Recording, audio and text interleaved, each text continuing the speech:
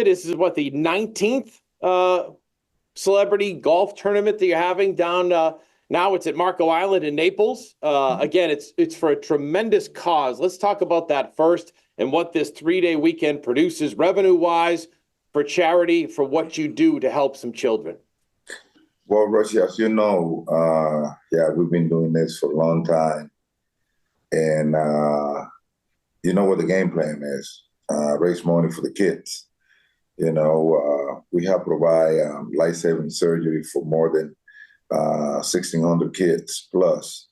And we have helped an additional nearly to 17,000 children in the DR to the New England. And we have been able to provide for all these children, put themselves in a better life situation, them and family. And every time we accomplish something like that, it just myself personally, I always call this my biggest home runs. And I get so excited every time I see a kid walking out of that room, feeling better, doing better, get to see their family going from the struggle. Because when you have a sick child and you don't have the fund to be able to get that surgery done, I can't even imagine the struggle. And watching these families, going from the struggling point to a better situation, better lifestyle, is something that makes all of us very happy. Remember, when we do the event down here, we bring children so people can see what we do. And we also take people down to the hospital in the Dominican City, where we do all the work down there. And it's like a dream come true.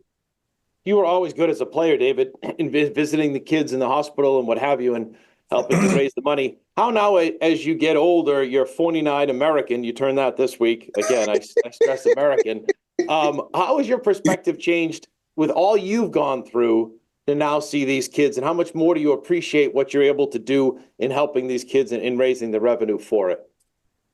I tell you what, it's just something that I always gonna thank the Red Sox for educating me and showing me the way. Because once I got to New England, once I began to be part of the Red Sox, I got to learn more and more and more about how important it is to give back, how important it is to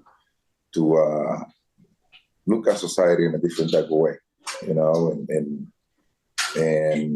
I'm so happy and glad that I learned the process, because sometimes people like me, we have no idea about the impact that we have in those people, and as I get older, I get more mature and I get more in love with this.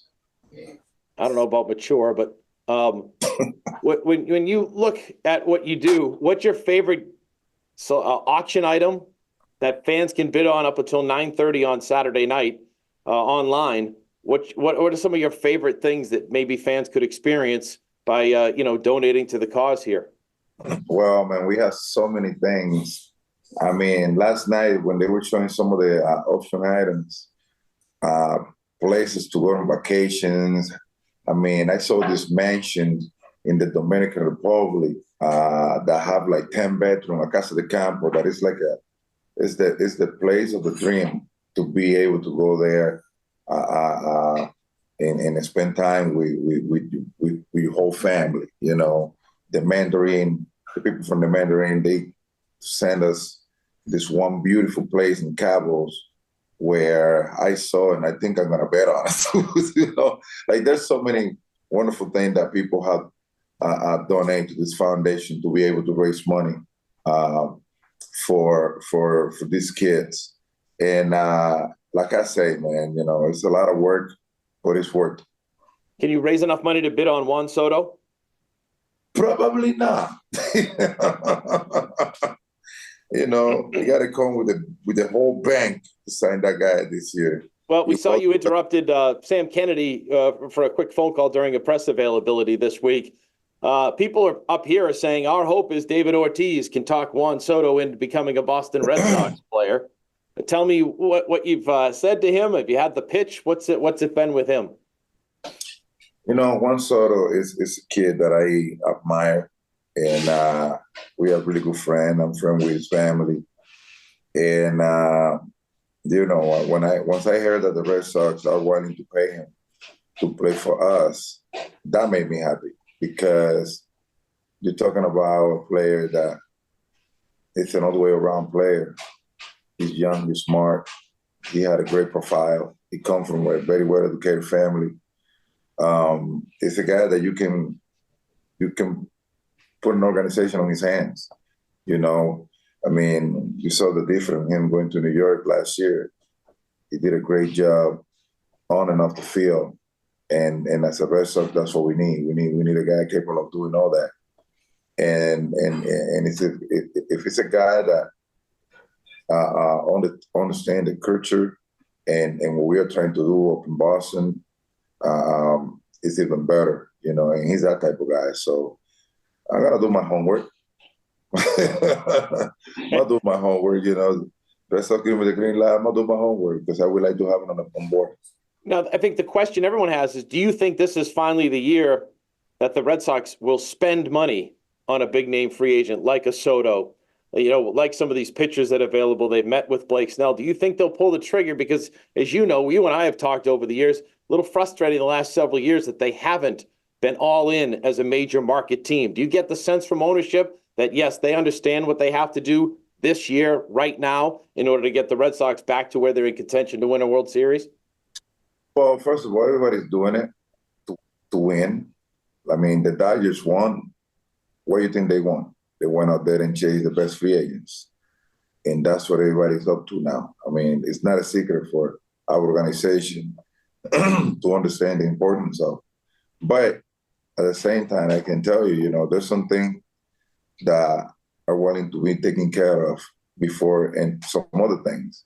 And now, looking at Sam Kennedy, John Henry, Alex Cora, and Brezolo chasing, trying to sign Soto, that's a good sign. I mean, that tells you that they are willing to pay to spend money this year to go back on track, back on the old days. Yeah, it's amazing. Just a final couple of thoughts here, David, is I was looking up the numbers. Soto is age 26 season is coming up this year. You really blossomed as a Major League Baseball player here in Boston in 2003 at age 27. Mm-hmm. Isn't that crazy that he's so young and a free agent? He's going to take in $500 million, but he's younger than you were when you took off in your career. The game is different. Everything had changed. Remember, when you were 19, 20, 21, your chances to be a Major League Baseball player were, very low, the percentage of. Only guys that are very well talented will go into the big league at an early age. I got to the big league at the age of 21, with Minnesota. And basically the lack of opportunity in Minnesota keep me away from doing what I end up doing. You know what I'm saying? Lack of opportunity, injuries, and all the stuff. And once I got to Boston, I pretty much finally got the opportunity to play, and then I show up. But this guy, I've been doing it since day one. You know what I'm saying? And you're talking about a guy that at the age of 26, he had the best strike zone out of everybody in the league. You know what I'm saying? His recognition for the strike zone is on another level. You know what I'm saying? And there's a lot to expect from this guy. Well, and did you watch the Netflix series on the World Series on the 2004? And I thought it was really well done. And two things came to mind when I saw it is how much time I spent waiting for you in the corner of the Yankees locker room at that stupid pole in front, and you would just kind of stand there and wait, make us wait, hop into the shower, come out, and all that kind of stuff. But the other part was, and I think you know how much I love you, but is you and I have talked about this. I did a story with you on it. Where was it when you look back on that? Where did the clutchness come from with you? Like, I've never seen every big hit that team needed. You were able to pull it off, and I know you probably studied more video. You were beyond a lot of the players that were playing at the time. You were always prepared and thinking ahead as to what certain pitchers would throw. but where was that clutch gene? Where did that come from in you? I don't know, man. I mean, you got to get prepared for, like, the only advantage that you have in baseball is your work ethic, the way you prepare for what is coming. You know what I'm saying? And I used to take that very serious. I have my own way to study the game, to think about it. Like what I used to work on a lot of things without making myself boring, without getting tired of overdoing it. You know what I'm saying? I once I learned how to do that, it turned out to be very dangerous because I was pretty much on the zone of all time, especially in those moments. So in my case, I think you either born with it or you don't. That's the only way I can describe it. I mean, players, not all of them are able to handle those moments, but the one that are good at it, you can see that they're gonna continue looking for the spotlight to be able to come through and do what they know how to do. Interesting. And last one, Dustin Pedroia is on the Hall of Fame ballot for the first time this year. Even though you didn't know his name for half of his playing career in Boston, he's a unique candidate, David. You know what I mean? Because he was so good for a short period of time, but then the injury, the Machado slide or whatever, led to the different injuries with him. How do you look at him as a possible Hall of Famer, which you're in there in Cooperstown? Well, Pedroia, to me, he played like a Hall of Famer. Pedroia, there's not one day that he took that field that it was questionable.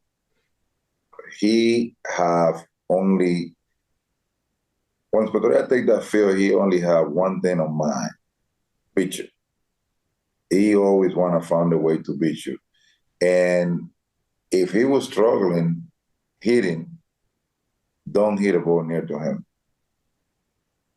I saw the man cutting hits, taking hits away from people many times.